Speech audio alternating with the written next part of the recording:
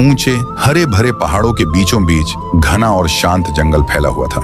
इसी में रंग बिरंगे फूलों से सजा हुआ एक शानदार कॉलेज बसा हुआ था। कॉलेज में जीवन की हलचल थी। काफी सारे लड़के लड़कियां खुशी खुशी पढ़ते, खेलते और ग्राउंड में दोस्तों के साथ हंसते बोलते थे। सब कुछ अच्छा चलता रहा। एक लड़की थी, रिया, जो कॉलेज की सबसे होनहार लड़की थी। वह दोस्तों के साथ हंसती मुस्कुराती तो थी, पर उसकी आंखों में एक गहरा डर और हर समय की उदासी छिपी रहती थी। सुबह का समय था। कॉलेज के बड़े ग्राउंड में सभी स्टूडेंट्स प्रार्थना के लिए एक साथ लाइन में खड़े थे। प्रार्थना अभी शुरू ही हुई थी कि प्रिंसिपल सर की तेज और सख्त आवाज ने पूरे माहौल को तोड़ दिया। रिया, ओ रिया, जरा सामने आओ। मुझे तुमसे कुछ बहुत जरूरी बात करनी है। जहाँ कहीं भी हो, तुरंत स्टेज के सामने आओ। रिया डर के मारे थर थर कांपती हुई लाइन में से निकली और दबे पांव सर के सामने आई। प्रिंसिपल सर सबके सामने टोकते हुए कहे, तुम्हारी 1 महीने की फीस पेंडिंग है और दूसरा महीना शुरू हो चुका है। क्या तुम्हें लगता है हमने यहाँ कोई धर्मशाला खोल रखी है जो तुम फ्री में पढ़ोगी? जब भी फीस मांगते हैं तुम कहती हो कल लाऊंगी, कल लाऊंगी। करते करते अब तक फीस जमा क्यों नहीं हुई? ये कॉलेज चलता है पैसों से। सुनो, मैं तुम्हें साफ साफ कह रहा हूँ, अगर कल तुमने फीस नहीं लाया तो मैं तुम्हें बिना सोचे समझे कॉलेज से निकाल दूंगा, समझे? प्रिंसिपल सर की ये सख्त बातें सुनकर ग्राउंड में खड़े सारे स्टूडेंट्स रिया का मजाक उड़ाते हुए उस पर जोर जोर से हंसने लगे। रिया ने किसी तरह अपने आंसुओं को रोका और कांपती आवाज में सर को कहा, सर प्लीज, मैं कल पक्का फीस भर दूंगी। मैं प्रॉमिस करती हूँ, आप प्लीज ऐसा मत कीजिए। ये कहकर रोती हुई चुपचाप रूठकर और दुखी मन से वहां से निकल गई। वह अपने घर की तरफ जा रही थी। कॉलेज से अपमानित होकर रिया रोती हुई घर पहुंची। रिया के घर की स्थिति अच्छी नहीं थी। उसकी माँ अक्सर बीमार रहती थी। रिया जब घर पहुंची तो उसकी माँ रसोई में खाना बना रही थी। रिया फूट फूट कर रोते हुए कहने लगी, पापा प्लीज मेरी बात सुनो। आज कॉलेज में बहुत बेइज्जती हुई है मेरी। मेरे कॉलेज की 1 महीने की फीस अभी तक जमा नहीं हुई है और यह दूसरा महीना चल रहा है। प्रिंसिपल सर कह रहे हैं कि अगर कल फीस नहीं लाया तो वो मुझे कॉलेज से निकाल देंगे और उन्होंने सबके सामने मेरी बहुत बेइज्जती की। ये सुनकर पापा गुस्से से बोले, बस तेरी ये पढ़ाई और ये फीस का ड्रामा कब खत्म होगा? मैंने तुम्हारी इस महंगी पढ़ाई में इतना पैसा लगाकर क्या हासिल किया? हाँ, सिर्फ और सिर्फ नुकसान। मैं अब और एक पैसा बर्बाद नहीं करूंगा। अब तू वही करेगी जो मैं कहूँगा। तेरी पढ़ाई खत्म। रिया रोते हुए हाथ जोड़कर कही, पापा प्लीज, बस 1 साल और, सिर्फ 1 साल की बात है। मैं नौकरी कर लूंगी। प्लीज पापा, मुझे पढ़ने दो। रिया की बात सुनकर पिता का गुस्सा और भड़क गया। उन्होंने बिना कुछ सोचे रिया के गाल पर जोरदार थप्पड़ मार दिया। रिया की माँ दर्द और बेबसी से रोने लगी।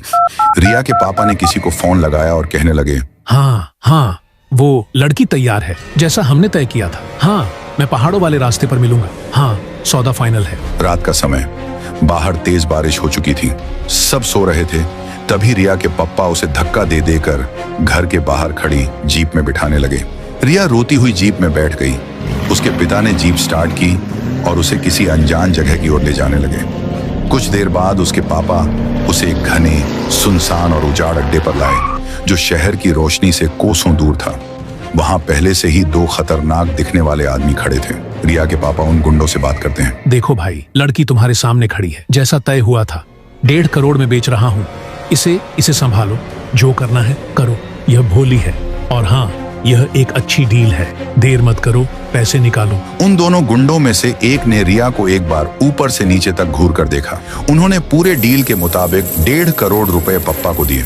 रिया के पापा ने पैसे लिए और एक पल भी वहां नहीं रुके। वह तुरंत वापस जाकर जीप में बैठ गए, यू टर्न लिया और तेजी से उस सुनसान अड्डे से बाहर निकल गए। रिया रोते हुए चीखकर कहने लगती है, पापा प्लीज, पापा मुझे मत छोड़ो, प्लीज, ये क्या कर रहे हो?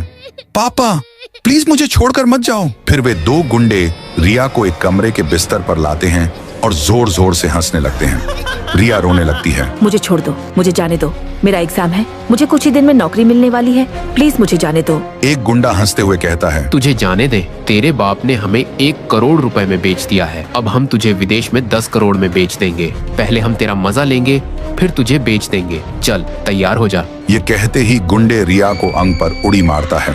रिया जोर जोर से चिल्लाने लगती है, बचाओ, कोई तो मुझे बचाओ, छोड़ो मुझे, जाने दो। वह किसी तरह हिम्मत जुटाकर खिड़की से छलांग लगाती है और भागने लगती है। पीछे मुड़कर देखती है तो दोनों गुंडे उसके पीछे भाग रहे होते हैं। रिया रोती हुई, डर से कांपती हुई भागती जाती है और चिल्लाती है, कोई है? मुझे बचाओ, ये गुंडे मेरे पीछे पड़े हैं। सड़क सुनसान थी, आसपास कोई नहीं था। तभी दूर उसे एक कार की हेडलाइट चमकती हुई दिखती है और कार से निकलता है सबका प्यारा हीरो राय स्टार। रिया उसके पास आकर रो पड़ती है। मुझे बचा लीजिए, ये 2 गुंडे मेरे पीछे पड़े हैं। मेरे पिताजी ने मुझे इन लोगों को बेच दिया है, अब मैं क्या करूं? राय स्टार उसे शांत करते हुए कहता है, वहां देखो, एक छोटा सा घर है, चलो वहां छिप जाते हैं, रात बहुत हो चुकी है। दोनों घर के अंदर जाकर छिप जाते हैं। रिया खिड़की से झांकती है। वही 2 गुंडे कार के पास आकर रुकते हैं, इधर उधर देखते हैं। रिया और राय स्टार चुपचाप खिड़की से उन्हें देखते रहते हैं। कई घंटे बाद गुंडे वहां से चले जाते हैं। रिया किसी दवा के असर में थी और दर्द से तड़प रही थी। मजबूरी में राय स्टार ने उसकी मदद की। दोनों की नजरें मिली और वो नजरें धीरे धीरे प्यार में बदल गईं। रात बहुत अंधेरी थी, दोनों एक दूसरे का चेहरा ठीक से नहीं देख पाए।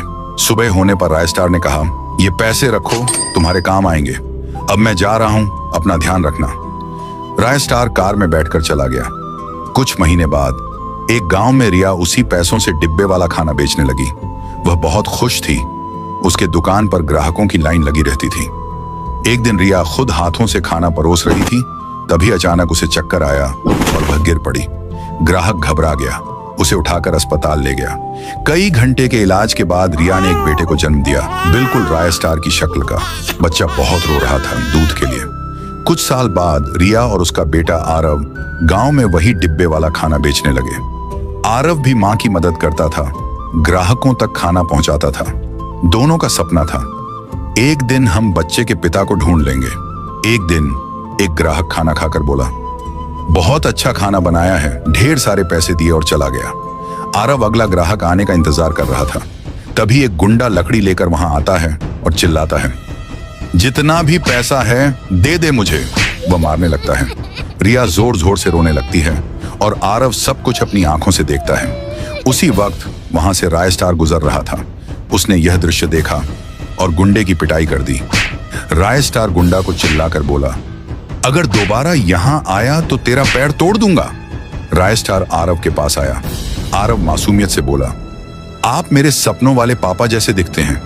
रिया और राय स्टार आमने सामने खड़े थे। कुछ यादें दिमाग में चमकती हैं पर समझ नहीं आता। राय स्टार बताता है, मेरे परिवार ने जबरदस्ती मेरी शादी तय कर दी है। कुछ दिनों के लिए तुम मेरी पत्नी और आरव मेरा बेटा बन जाओ, बदले में मैं तुम्हें 1 लाख रुपए दूंगा। रिया सोच में पड़ जाती है। उसे बेटे की पढ़ाई और मां की दवा के लिए पैसे चाहिए। वह हामी भर देती है। राय स्टार मुस्कुराते हुए कहता है, चलो मेरे साथ। तीनों कार में बैठ जाते हैं और राय स्टार कार स्टार्ट करके उन्हें ले जाने लगता है। उन्हें अपने आलीशान घर ले आता है। राय स्टार के पिता एक करोड़पति पर सख्त स्वभाव के व्यक्ति। राय स्टार कहता है, पापा ये मेरी पत्नी और बेटा हैं। हमने कुछ साल पहले शादी की थी।